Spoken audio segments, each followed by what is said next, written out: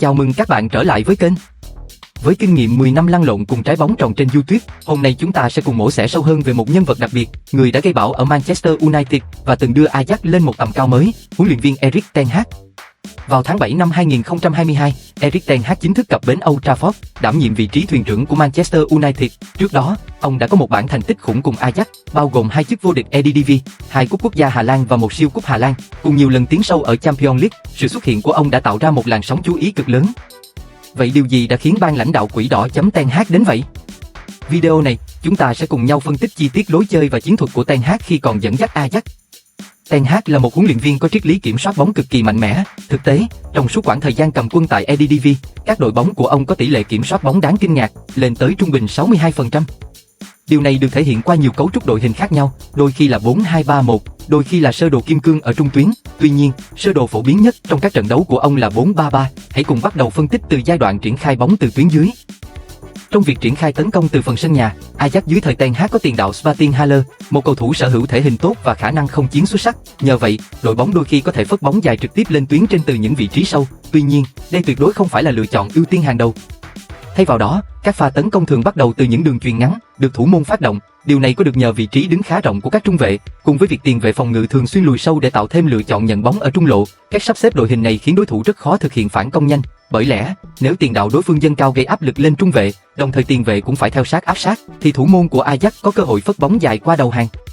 Thủ đối phương đưa bóng đến chân các cầu thủ ở vị trí cao hơn. Ngược lại, nếu đối thủ giữ đội hình thấp để phòng ngự, thì tiền vệ phòng ngự của Ajax có thể thoải mái nhận bóng. Trong trường hợp tiền đạo đối phương cố gắng theo kèm tiền vệ trụ, các trung vệ của Ajax sẽ có khoảng trống để nhận bóng. Mặc dù cầu thủ chạy cánh của đối phương có thể bó vào trong để giải quyết vấn đề này, nhưng cách sắp xếp vị trí của các cầu thủ chạy cánh Ajax sẽ kéo theo sự chú ý của hai hậu vệ biên đối phương. Từ đó tạo ra không gian trống cho hai hậu vệ biên của Ajax thoải mái nhận bóng và dâng cao. Khi đẩy bóng lên khu vực giữa sân, việc kiểm soát bóng vẫn là chìa khóa. Điều đáng chú ý là ten Hag luôn ưu tiên những cầu thủ có kỹ thuật cá nhân tốt, bởi vì ông khuyến khích các cầu thủ thường xuyên hoán đổi vị trí khi thực hiện những pha phối hợp ngắn. Điều này đòi hỏi các cầu thủ phải có khả năng thích nghi cao, chơi tốt ở nhiều vị trí khác nhau trên sân. Ten Hag sẽ điều chỉnh đội hình tấn công của Ajax một cách linh hoạt, tùy thuộc vào cấu trúc phòng ngự của đối thủ. Nếu đối thủ chỉ gây áp lực bằng một tiền đạo duy nhất, ten Hag thường sẽ bố trí một trung vệ có khả năng chuyền bóng tốt, đồng thời kéo một tiền vệ lùi sâu tạo thành tam giác chuyền bóng, giúp đội bóng thoát khỏi sự áp sát của tiền đạo đối phương. Tiền vệ trụ thường là Edson Alvarez, trong khi các tiền vệ còn lại dâng cao hơn để kéo giãn hàng tiền vệ đối phương. Nếu đối mặt với hai tiền đạo đối phương, Ajax sẽ chuyển sang hệ thống 3 trung vệ, với tiền vệ phòng ngự lùi sâu xuống giữa hai trung vệ để tạo ra lợi thế về quân số. Khi đó, hầu hết các đội bóng sẽ kéo một tiền vệ lùi về chơi như một tiền vệ trụ, đồng thời đẩy hai hậu vệ biên dâng cao để duy trì chiều rộng đội hình. Nhưng ten Hag lại có cách làm khác. Ông yêu cầu hai hậu vệ biên bó vào trong, nhờ đó các tiền vệ có thể giữ vị trí cao ở tuyến trên, còn các cầu thủ chạy cánh sẽ bám biên. Điều này đòi hỏi cả 4 hậu vệ phải có kỹ thuật xử lý bóng cá nhân xuất sắc, đủ khả năng tổ chức tấn công như những tiền vệ tạm thời.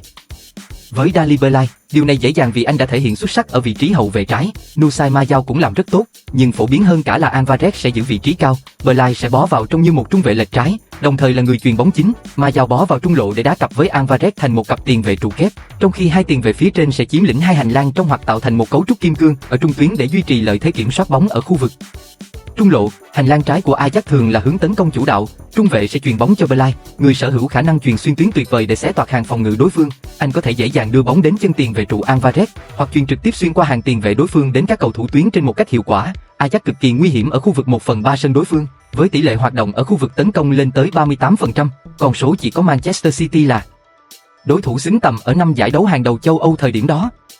Các cầu thủ ở cánh trái liên tục di chuyển, hoán đổi vị trí để tạo ra lợi thế về quân số. Ryan Gravenberch có thể lùi sâu nhận bóng, Belay chồng cánh dâng cao, đồng thời Juan Tadi di chuyển bó vào trong hoặc tạo ra lợi thế 5 đấu 4, dễ dàng tạo ra khoảng trống ở hàng phòng ngự đối phương. Điều này hoặc tạo cơ hội cho đồng đội băng lên phía sau hàng thủ, hoặc thông qua việc Gravenberch kéo người, giúp cầu thủ chạy cánh có thể thoải mái nhận bóng và tạo ra các tình huống 1 đấu 1 nguy hiểm với hậu vệ đối phương.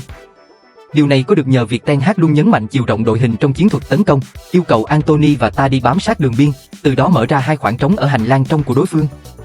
Trong khi cánh trái chủ yếu tập trung vào lợi thế quân số và phối hợp ban bật xuyên phá, thì cánh phải lại chú trọng hơn vào khả năng đột phá 1 đấu 1 của cầu thủ. Trong hầu hết các trường hợp, khi hàng phòng ngự đối phương bị kéo giãn sang cánh phải, Steven Bergwijn và Anthony sẽ trở thành những mũi tấn công chính ở khu vực này. Nếu hậu vệ trái đối phương theo kèm sát Anthony, thì tiền vệ trung tâm Bergwijn có thể băng lên ở hành lang trong.